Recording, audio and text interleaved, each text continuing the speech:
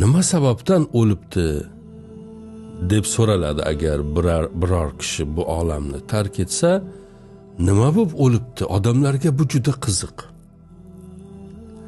Kitobda aytadiki, nima farqi bor insonni nima bo'lib o'lgani? Yotog'ida o'ldi, u bo'lib o'ldi, bu bo'lib o'ldi. Nima bo'lib o'lganligini, qanday o'lganligini hech ahamiyati yo'q. Chunki ozginadan keyin qanday o'lganligi unutiladi. Qoladi o'lgani. Tamom. Ya'ni bu dunyoda Abdukarim degan biri bor edi, o'ldi kabi. Ammo meni ismimni so'nggi biladigan odam, u nevaram, u chevaram, evaram kim bo'lsa ham biri yo bir odam eng so'nggi biladigan biri meni ismimni, u ham olamni tark etganda Abdukarim degan biri bu dunyoga hech kelmaganday bo'ladi.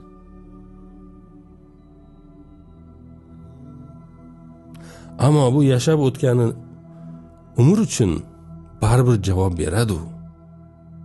Qochib qutula olmaydi.